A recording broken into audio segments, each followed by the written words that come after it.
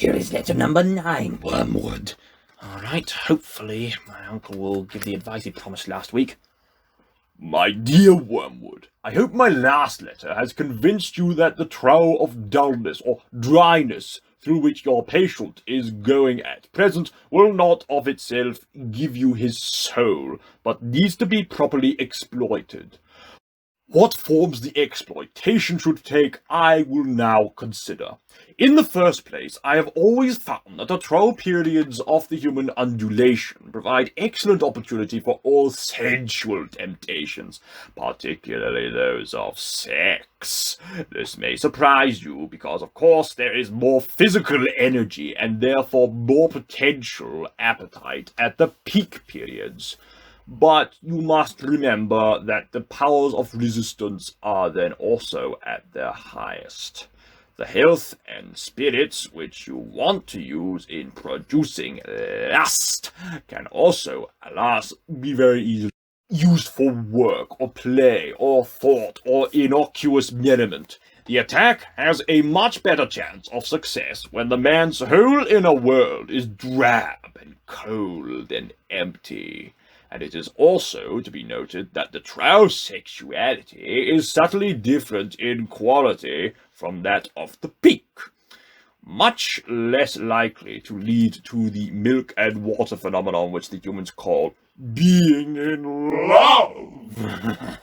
Much more easily drawn into perversions, much less contaminated by those generous and imaginative and even spiritual concomitants which often render human sexuality so disappointing. It is the same with other desires of the flesh.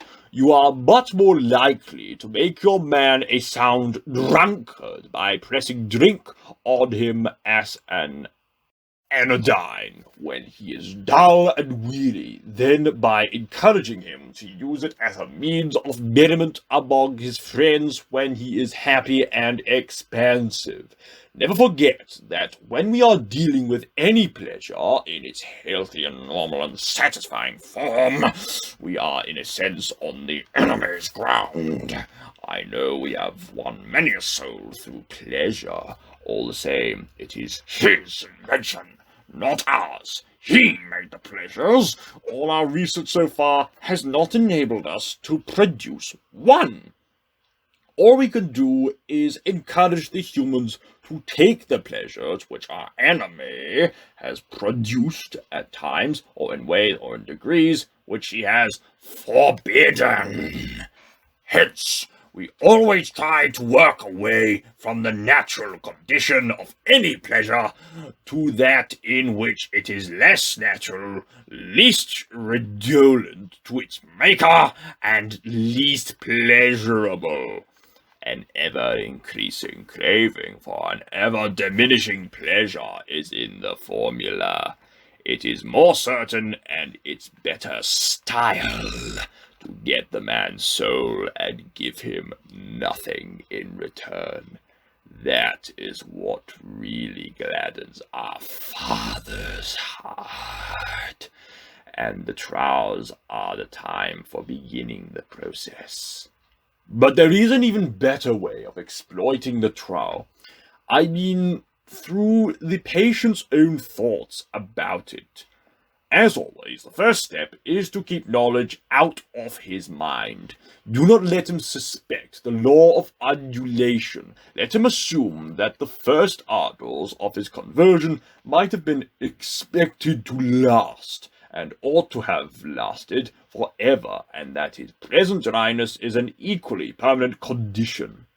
Having once got this misconception well fixed in his head, you may then proceed in various ways. It all depends on whether your man is of the desponding type, who can be tempted to despair, or of the wishful thinking type, who can be assured that all is well. The former type is getting rarer among the humans. If your patient should happen to belong to it, everything is easy. You have only got to keep him out of the way of experienced Christians, an easy task nowadays, to direct his attention to the appropriate passages in Scripture, and then to set him to work on the desperate design of recovering his old feelings by sheer willpower. And the game is ours.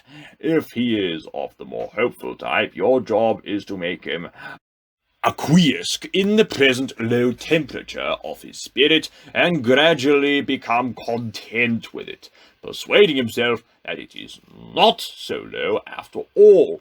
In a week or two, you will be making him doubt whether the first days of his Christianity were not perhaps a little excessive. Talk to him about moderation in all things. If you can once get him to the point of thinking that religion is all very well up to a point, you can feel quite happy about his soul.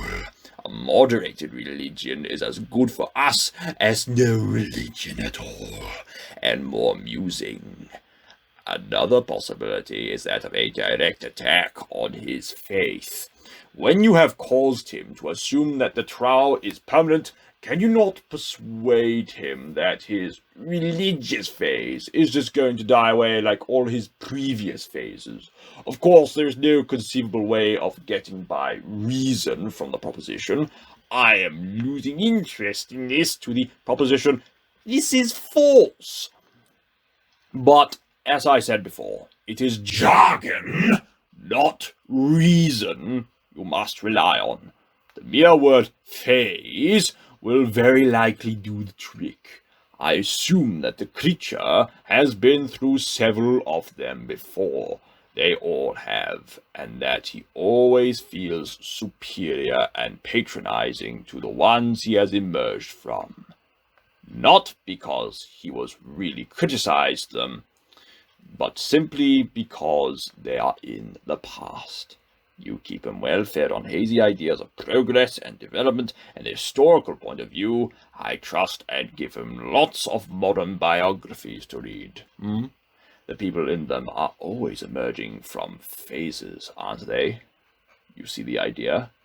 Keep his mind off the plain antithesis between true and false, nice shadowy expressions, "It was a phase," "I've been through all that," and don't forget the blessed word, adolescent. Your affectionate Uncle Screwtape.